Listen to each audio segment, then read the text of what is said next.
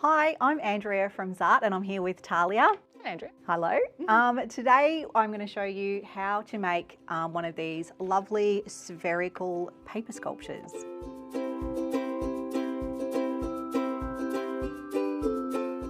I love the name. I'm not sure if that's the official name, but that's what I'm going to call it, a spherical paper sculpture. And we are going to be using these handily pre-cut cartridge circles. And they come in all different colours. They come well, in not all different colours. Black, the natural and white, and they come in packs of 100, Nice. which is great. So you can really go wild and create as many masterpieces on your circles as you like. So what we'll do first is I've got some here that I've already started to pre-make, and as you can see, it's a variety of different techniques. So you can, depending on how your students are feeling, they can just do some pattern and some mindful artwork on there, or they can do a sketch on there, or You could even theme your whole sphere. So you've got some amazing colours on that one. So you could have a theme of colour for your sphere. you could use materials and have one that's watercolor, one that's pastel, one that's pencil, and really mix it up anyway. So you can, I suppose, incorporate this into any art lesson if you're basing it on materials, Yeah. if you wanted. So I guess the reason I'm here is because this is a collaborative piece, right? It is. But So students could make their own, couldn't they? They could work over a series of weeks and perhaps do, one class at a time, do one circle, and then have it be an exploration of maybe their 2 weeks outside of school, what they've done, or it could be exploring different materials over the 2 weeks, and then the final piece will be, I suppose, an exhibition of, what has happened, what the results have been. Yeah, beautiful. that time. So yeah, I love that Alrighty. it could be quite unique and you can take your own spin on it. You really can. Well, let's get started. It's good fun. So what we need to do is just choose a colour. I think for this sphere, we're basically using the colours of the paper. And I've got lots of different materials here: markers, paint markers, pencils. So Talia, you can feel free to do whatever technique you like. You might want to do something nice and relaxing, or you might want to sketch it out. I'll leave it up to you. Nice mindfulness kind of approach. That'd be very nice. But I guess what's nice is that you've got some parameters here from the colour and the materials. You do. Sometimes if you're given a circle and you say go for it, it can be a little bit overwhelming, and you feel, if it is a collaborative piece, you feel like you need to keep up with everyone else doing it with you. When the 8 pieces come together, you feel like your circle might not stand up to the rest. But no, just go for it. Go for it. Cool. So, I might work you're picking colour on a natural one as well. Natural, so we've got natural and natural, so hopefully that's fine on the overhead. So all we're going to do is just go for it. Just go for it. Okay, I think cool. I might do a sketch of some kind. I have no idea what I'm going to sketch. Just let it be what it's I'll going to just be. let it be. What am I feeling of sketching? Maybe I'll do a city scene. Seems like with rectangles. I'm just going to go for some patterns. So we're going to sketch and then we'll come back and we'll have a look at our finished sketches. We'll see what we've done.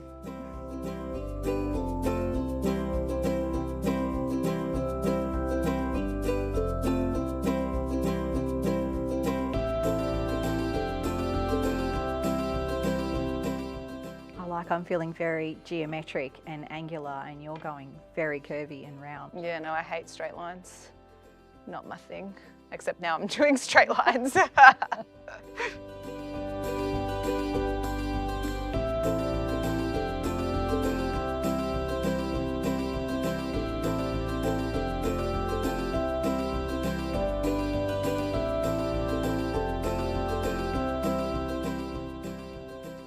Alrighty, I'm nearly done. Are you nearly done? Yeah, I'm there. That looks fabulous. I love it. 3 more dots. Done. Fantastic. Now comes the fun part. Now we have to fold our circles to create this shape. I thought you said this was the fun part. Well, the fun part is there's a sneaky, easy way to do it. Nice. To get there. So what we do is we want to fold our image, our circle, into half. And don't press down all the way. Now this is it's called a bone folder. It's not actually made out of bone, it's resin. But what you will do is you will use your thumb Press down roughly where the middle is. So this is where we're careful and we don't go folding crazy like. And then you use your tool and you just rub along, not all the way from the top to the bottom of your circle, but just a little bit in the middle. And that will create a little depression right there. And then we open our circle up and we go in the opposite direction and do the same thing and press our thumb down where that line was that you created the first time. Can you see? And then again, you just give it a light rub, and what you will have is a cross. And that will give you your midpoint of your circle. Now my cross is less long. Less pronounced. So That's is that okay. okay? It just depends on, you can always come back and redo it if again. you need to, but what we'll be doing is flipping it over to the other side. And if you need to, you can use a little marker and just put a little dot in the middle Need a white one to be able to see it. of where your midpoint is. Now what we do is anywhere around your circle, you will fold over your edge and bring the top to where that dot is. And then you will use your folder. You can put your thumb down again if you want to. So just make sure that your edge is still sitting where the dot is when you fold. And now you can run all the way along that line. All the way across. And then what that will do, see how that just sits down nicely? It's a beautiful fold. If you do that with your fingers, it can pop up. It's not And if nice you've got and stuff on your fingers, it yeah, goes it's not everywhere. nice and sharp. And you'll find that when you come to gluing, it's a lot easier if you have a nice sharp fold. So now the next fold we do, keep in mind that you've got one corner here to go by and you've got your circle again. So bend, I find it's easier to make sure that my fold is starting at that corner and then pushing my circle up towards that spot in the middle. Okay, I feel ya. So first looking at that corner. Make sure your edge, before you fold anything permanently, is there, right there, and that your top corner is touching that dot. Yeah. And then you can Scorer. use your folder and press. Now I'm being very precise here. It's okay if it's like a little bit off, it will still It will still work. It will still work. So, It will all sit I together. hate straight lines, and I know a lot of people do, so they might just go in and They fold. might just go, "Rah." Yep, but I think it's good to teach your students how to measure everything up. Be cautious. Be a little bit, you just have to be a little bit mindful of where you're folding. So this last fold should really be the easiest one. It should be the easiest one because it will connect the two edges and the dot in the middle. So it should find its own space. Its own groove. And then you will have Ta-da! your shape that you need. Now we've got one more. So we've got one more here. So do you want to go through that process just one So I'll more do that time? one more A time. little bit more quickly so then everyone can follow along. So I will fold it in half. Do you want this one? It's a little bit easier to use. That's a nice one. And then I'll put my finger down roughly halfway along and I'll just give it a little bit of a press and then open it up, go back the opposite way, hold it down with my finger and then rub along there, and then I have my midpoint and I'm going to flip it over and I can see the midpoint is just there. So I'm just going to mark it so I can find it nice and easily. And then we fold. See, I think the first fold is probably the easiest. That's true. First and last. Fold that there so your top is meeting that dot. When you open it up again, use the edge that you've created here. Bring your paper to there and then just push your paper up to the dot. And then press down with your finger to hold it in place and then use your folder to run along. And then the final one, again, we use that edge and just start there and then just roll your paper up towards the dot. And then off we go with the folder. Perfect. Yay! So you'll need, for this sphere, you'll need 8 circles all together. And So now we we're have the working fun. collaboratively, right? We are. So you take 4 and I'll take 4. You can take Want a mix of black and the colours up a brown. little bit. Okay, so what we do is we get our glue stick and rub over one section, applying a nice amount of glue and try to come right near Right to the edge. the edge. And then, like two friends meeting for a catch-up chit-chat, A little hug. they come together just like that and just press. Perfect, So everything lines up. perfect. And Nice. then you go for another edge and you do the same. So does it matter which edge you go for at this point? It doesn't at this point when you've got 3 together. So you just meet those up, press them together, and Shazam. Love that word. Shazam. Shazam. You've got 3. So now you can see that you've got a semicircle. You don't want to add your last one onto this back end there. Okay, so this is where it You matters. want to add this here because eventually these 2 sides will match up as well. So you want all 4 to be able to. So it's like you're making a circle already. So I've stolen your glue.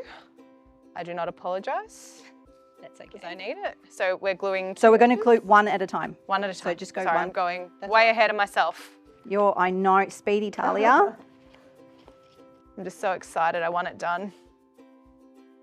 You press those 2 edges together.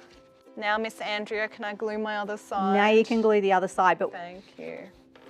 you'll need to be lifting this one up and pulling it across to glue it. So it reaches the other. for younger students, it might be a little bit trickier. But it all comes together pretty But it easily. all comes together pretty easily.